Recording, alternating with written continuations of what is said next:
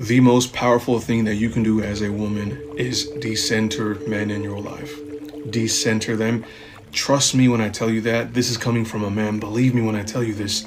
Every single woman that I've known of and that I know of who has decentered men, they're living their happiest life. They're living their best life. They're living a life of absolute peace. At the same time, I also know of women who are still male-centered.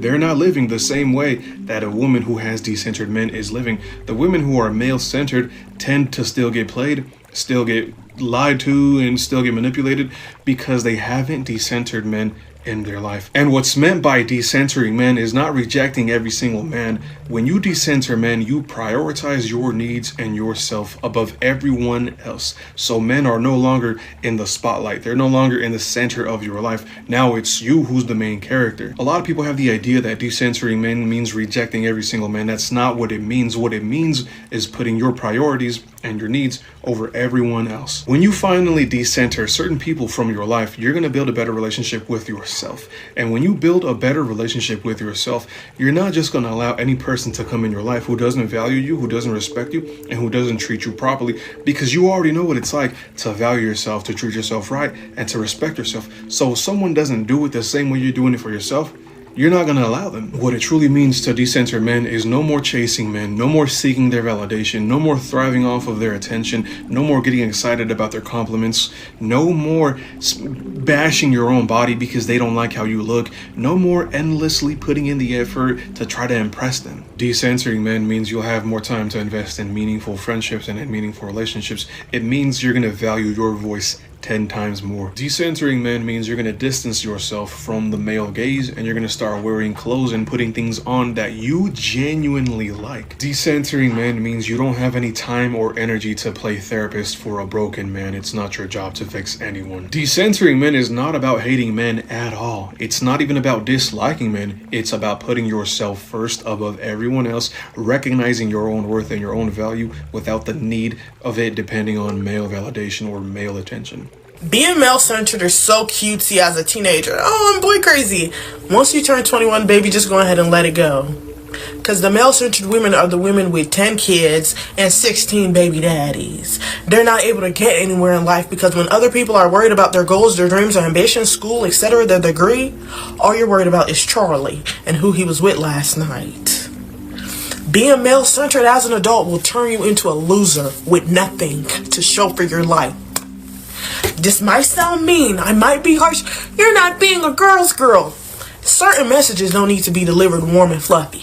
It really don't. Like, you being male-centered at 21, you're a loser. You don't have nothing to show for yourself. No goals, no dreams, no ambitions. Just want to be on the side of a man, like a PS5 controller on the man's lap. Wake up, sister. Your life is passing you by. And y'all know me, y'all know I love my man. But my goals, my dreams, my ambitions, my career always come before a relationship. A man could wake up and walk out of your life today. Your degree will have your name on it forever. The accomplishments that you're able to get under your belt will be there forever. Your accomplishments are lifelong. A relationship might not be. In a world obsessed with performance, sacrifice, and proving worthiness to men, an unexpected message is beginning to echo from the very men women seek to please. Be selfish. Be unavailable. Stop centering us.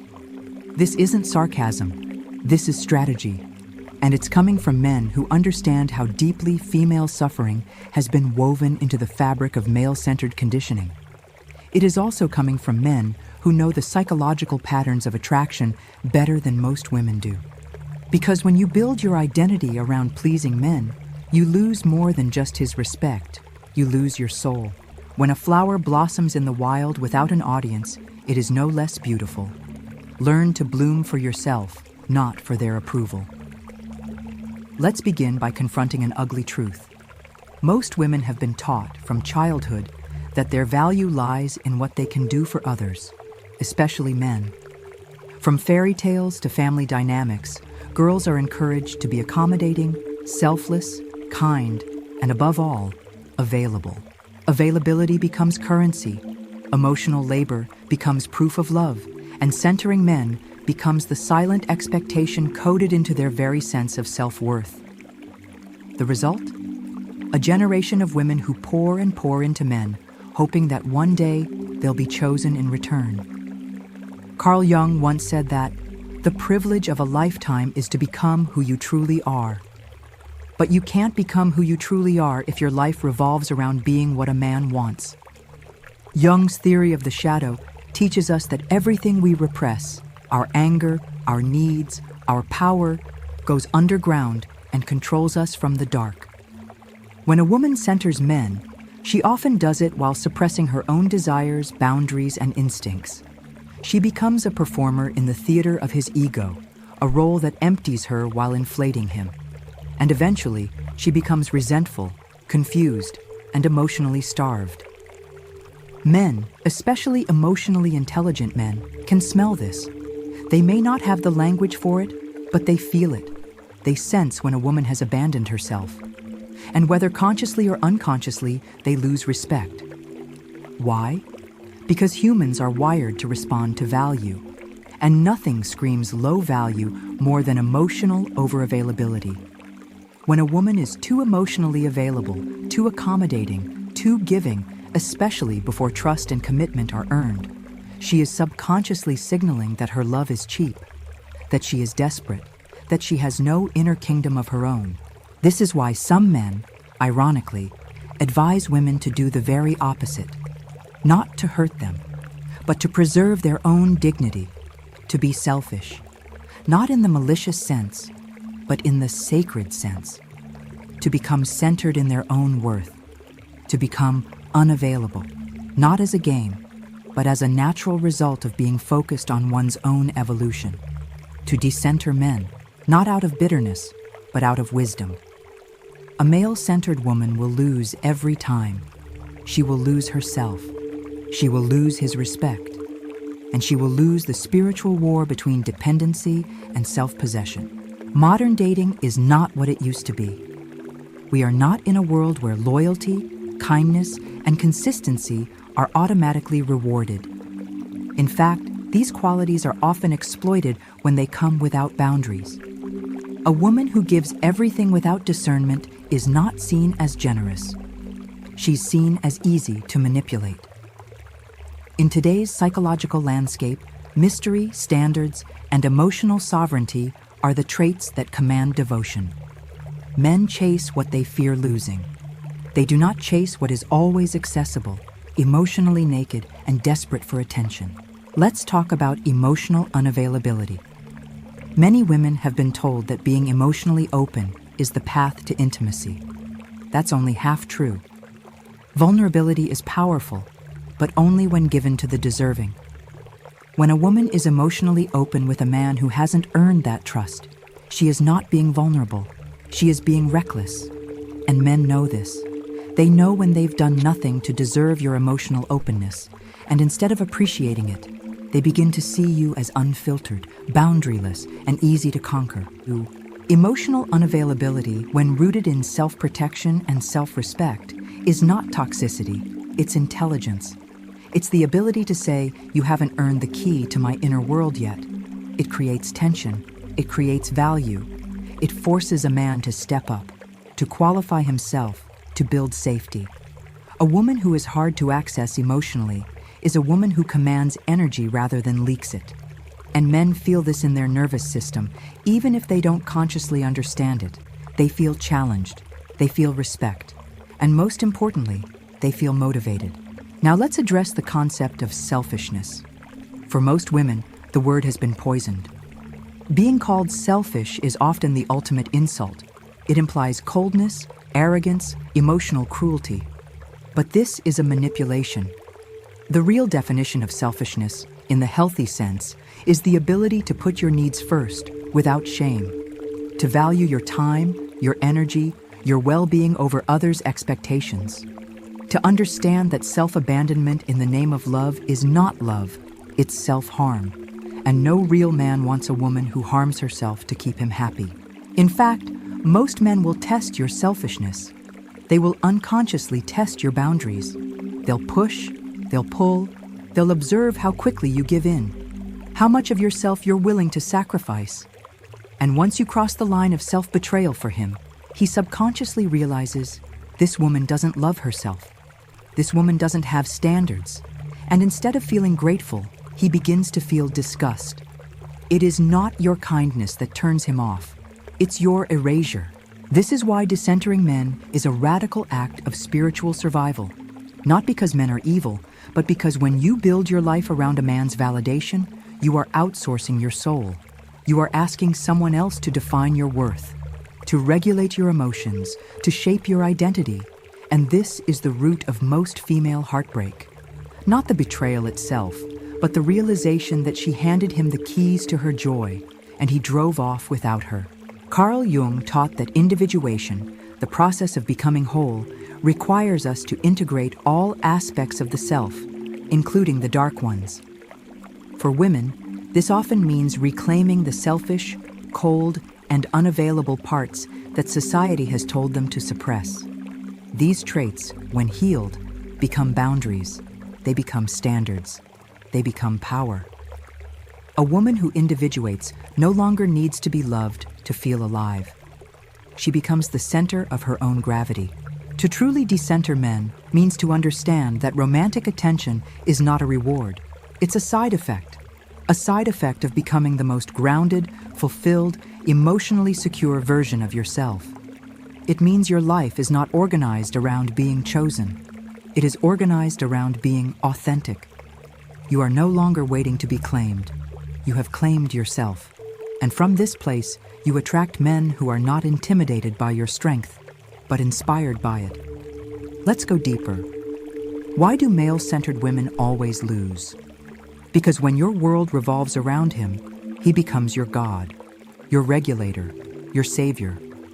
And no human being, no matter how loving, can carry that kind of spiritual weight. Men are repelled by worship. They may enjoy it temporarily, but in the long run, they feel trapped, pressured, bored.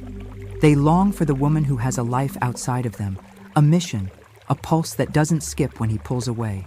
This is why some men, even those in relationships, find themselves longing for the emotionally unavailable woman. Not because she plays games, but because she feels whole. She is magnetic, not from neediness, but from depth. Her absence is more powerful than another woman's presence.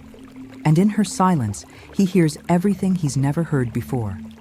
She decentered him, not out of anger, but out of evolution. And this, ironically, makes him want her more. The danger of being male-centered is not just emotional, it's psychological. It trains your brain to seek identity through someone else's attention. You stop asking, "What do I love?" and start asking, "What does he want me to be?"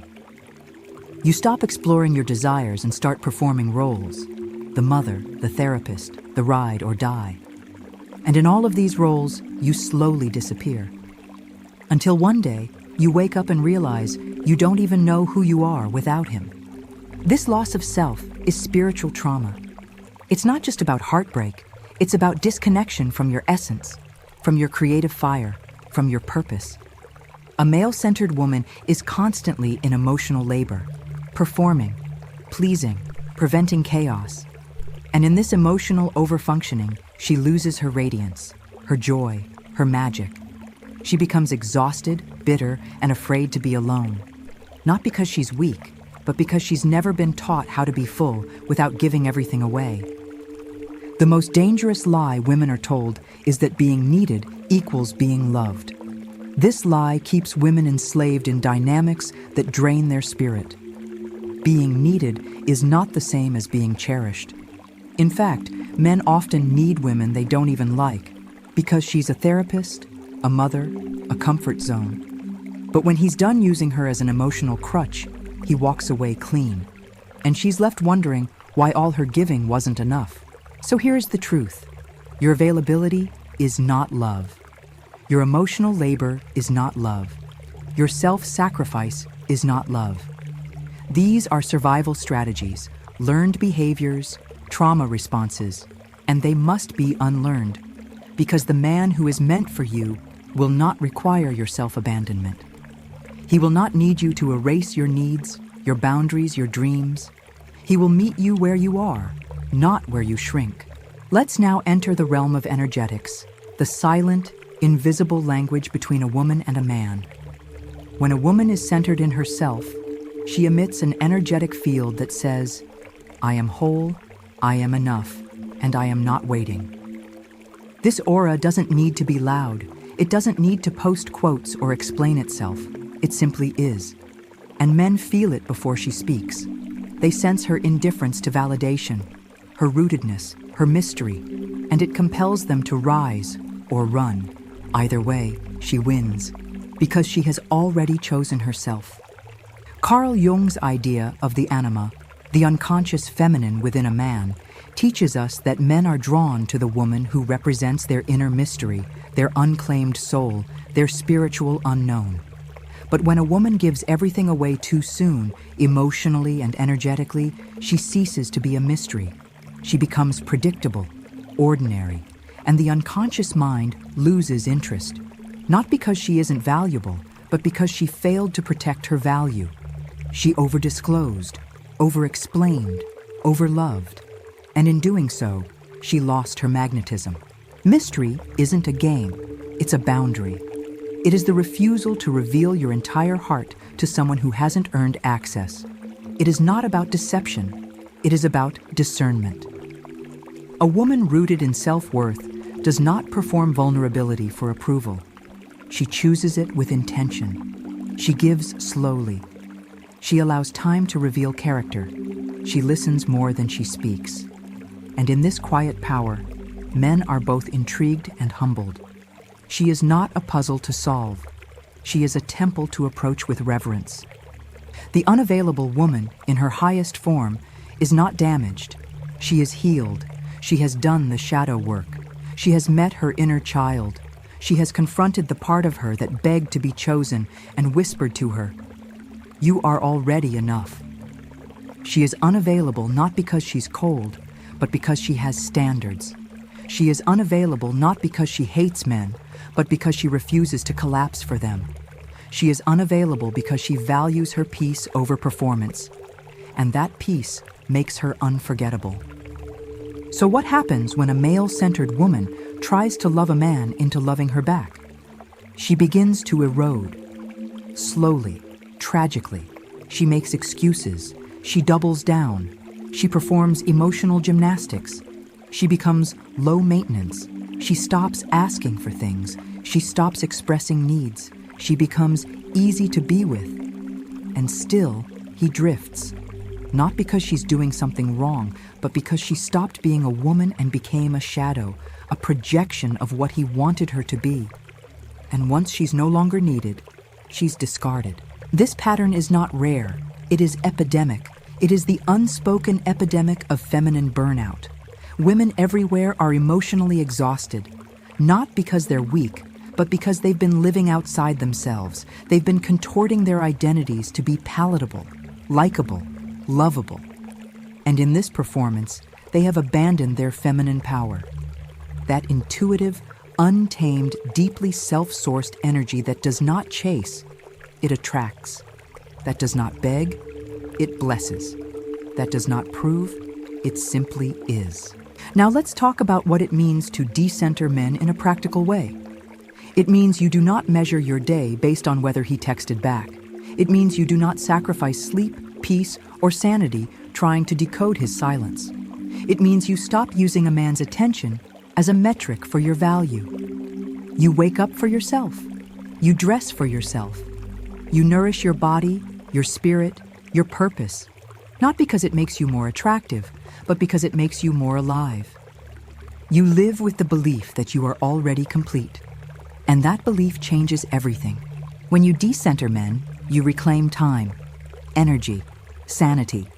You begin to pour into friendships, creativity, movement, nature, spirituality, things that nourish without draining. You realize that the high of male validation is not love, it's addiction. And like all addictions, it comes with withdrawal. But on the other side of that discomfort is freedom, a clarity you've never known, a power that doesn't need applause, a wholeness that cannot be touched by someone else's absence. Here's the paradox. When you decenter men, you become more magnetic. Not because you're playing hard to get, but because you are finally hard to forget. Your life is rich, your mind is full, your energy is clean. You are no longer grasping, you are choosing. And this shift, this energetic upgrade, is what makes men respect you, not fear you, not use you, but admire you, because you are no longer asking them to complete you. You have completed yourself. Carl Jung said that, until you make the unconscious conscious, it will rule your life and you will call it fate. Many women call male-centered suffering fate. They say things like, I just fall for the wrong guys, or men always leave me. But these aren't fate, they're patterns, unconscious scripts. And those scripts can be rewritten, but only when you pause, reflect, do the shadow work, and ask yourself, where did I learn that my worth comes from being chosen? Because once you find that root, you can pull it out. A woman who has done the inner work no longer chases the masculine. She understands polarity. She understands that a truly grounded masculine man is not attracted to a woman who pleads, performs, or pursues. He is drawn to the woman who rests in her being, who lives with intention, who moves with boundaries, who loves herself enough to walk away from anything that asks her to shrink. This is not arrogance, it's embodiment, and it's rare. So what happens when you finally become this woman? People call you selfish, cold, difficult. They say you've changed. They say you're intimidating. But let them talk, because their discomfort is not your problem. Your duty is not to make others comfortable with your glow. Your duty is to protect your fire, to protect the work you've done, to protect the girl inside you who once gave everything away for scraps of love. She deserves more now. She deserves your loyalty. This is why emotionally unavailable women, when healed, are the most powerful. They are not playing games. They are protecting peace. They are choosing themselves, and in doing so, they force men to rise, to lead, to prove, to earn. And if a man cannot rise, he falls away. And she does not chase. Because she knows that losing a man who can't meet her standards is not a loss, it's a blessing. You cannot be deeply loved until you are deeply self-honoring. You cannot receive healthy love while you are still starving for attention. You cannot attract a king while living as a servant. You must become the woman who commands respect in silence, who is not available to every energy, who knows her value even when she's alone. And from this place, this quiet, unshakable place, you magnetize everything you used to beg for. The real flex isn't being desired. It's being unfazed. It's being calm when he pulls away. It's not reaching out when he goes silent. It's living your life like he never had the power to define it. That's true liberation. And it's only possible when you decenter men. When you become the sun, not a satellite.